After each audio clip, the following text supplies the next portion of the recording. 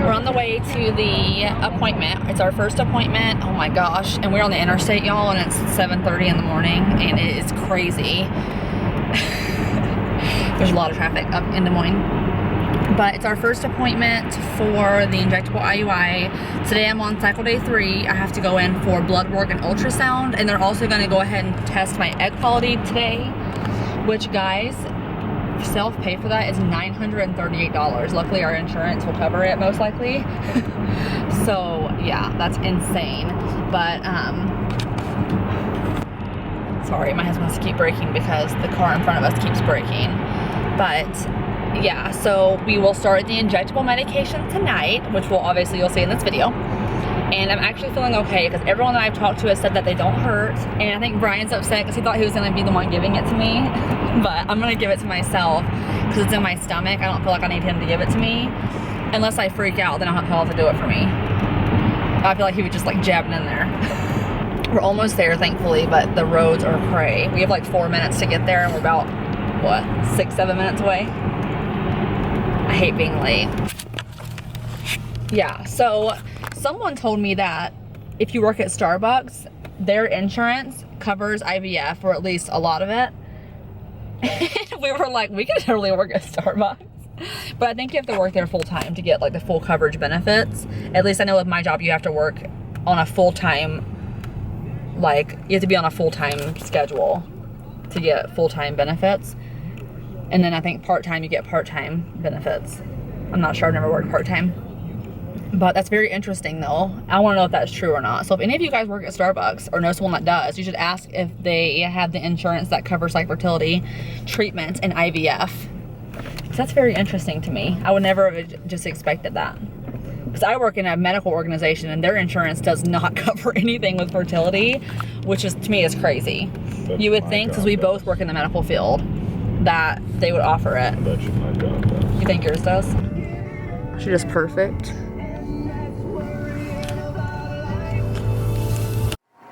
Hello, friend.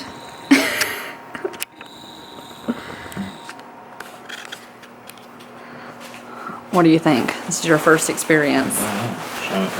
No, stop it.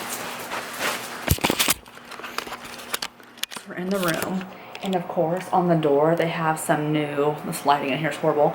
They have new price increases for February of this year, and of course, our IUI is probably going to be on February 1st or 2nd. So we're going to see if we can pay for it like in the next few days before the prices go up. I mean, it's only $25, but still, we're already spending a lot of money. I don't want to spend $25 more. Hey! Hey, I've had Dr. Cooper come in and I showed him your sound results already, and he definitely wants to put you on a month of birth control pills, okay? Okay, can we, we're just still talking about if we just want to go straight to IVF. Can we talk about that and then call you guys and let you know? You betcha. Because how do we get started with that process if we want to move forward with that? Like, how do we get started with that process? The process would be to get the necessary checklist to you and get you set up for IVF class, and contacting Monica here in the office in regards to coverage. Okay. I called and emailed her yesterday, but I think it takes a few days to hear back from her. Yes, it does. But pretty much getting you set up for class is kind of the first steps. Okay. And I can tell you our first available class here, just so you know. It's group classes, and so it's we're limited to about 6 couples at a time. And it looks like the first available class is February 13th. What day of the week is that? It's always on a Tuesday afternoon from 2:30 to 4:30. Okay, I'll take it. So I will talk to you guys in just a little bit after I calm down and after I've gone to work to like simmer my thoughts. I will tell you guys what happened and why the plan might be changing again. If we survive this, we're meant to be together. Still say that. HIV. Don't, Brian, you do not have AIDS. That's not even something you should joke about. People die from that every day, and that's not funny. We need to find a cure for that. So yeah, I will talk to you guys in a little while. Hey guys. So I'm home now from work. Today was just like the biggest blur of like this year so far. Yeah, so the footage that you just saw may not make any sense at all. Basically this morning I went in for my day 3 of my injectable IUI for baseline, ultrasound, and blood work. So I went in at 7:30 this morning, which is why it was so dark outside in the video. And during that appointment, something happened that has pretty much changed everything yet again. And I'm sorry if you guys are getting whiplash from all these changes because it's starting to exhaust me. But now we're pretty set in stone. This plan's gonna happen and not gonna change. So here's the real new plan after what happened today. I'll just go through and tell you guys what happened and why pretty much injectable cycle is not gonna happen. Okay, so I went in and got my blood work drawn. It was fine. They can't really test it right there in front of you. We also did an egg quality test, which I can call back on Friday to get those results. And I went into the ultrasound room and, you know, got everything from the bottom half off. She came in and put the vaginal probe, maybe? I don't know what the technical term is for it. She put it in and I looked at the screen and holy macaroni, there was a cyst the size of like my face. Like I immediately was like, oh my God. And I could just see her expression. She's like, And I'm like, yeah, I see that. And she's like, okay, well, obviously, since you see it, on this side, there's 2 cysts, really good size or really bad size. And then on the other side, there's a cyst literally bigger than my ovary. What? And I'm like, oh my gosh, like, holy crap. Is this even real life right now? And she's like, okay, after she got this speculum strobe thing out of me, she said, okay, pretty much what's going to happen is the other doctor's on call. We have two doctors in our fertility clinic. Mine is out of the office for the week, and then the other one was there, and he's taking over everything. Bless his heart, because it was kind of a toughy one for me today.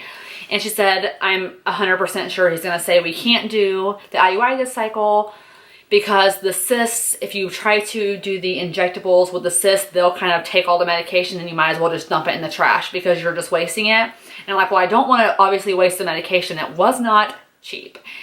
You guys know I ended up paying $861 plus $35 for shipping and plus $20 for the copay for the Obidrol.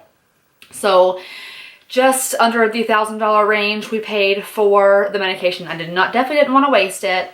But I already was kind of starting to get emotional, and I feel like I've cried every appointment that I've had at this place. Like, it's not a good thing. And she said, so what normally happens is we will put you on a month of birth control, and then you'll come back when your period starts again.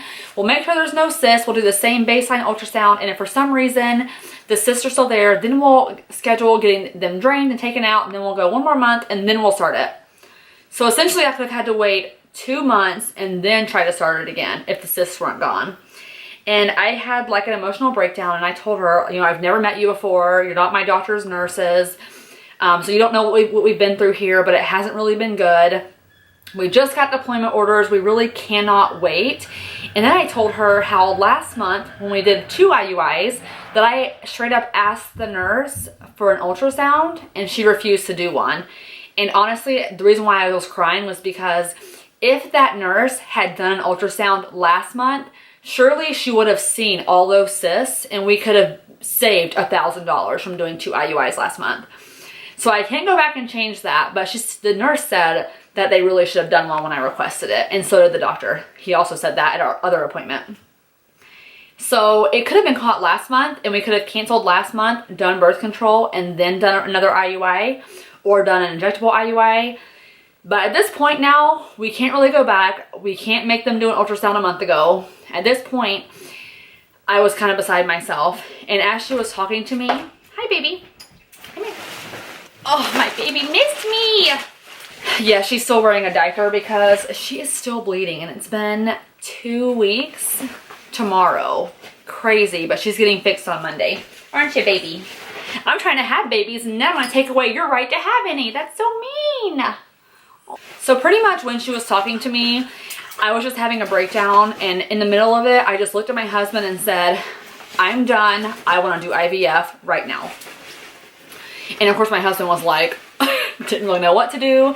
And the nurse is like, what we can do is I can give your ultrasound photos of the cyst to the doctor. I can call you back here in a few minutes when he gets here. And obviously I'm sorry that it didn't work out today.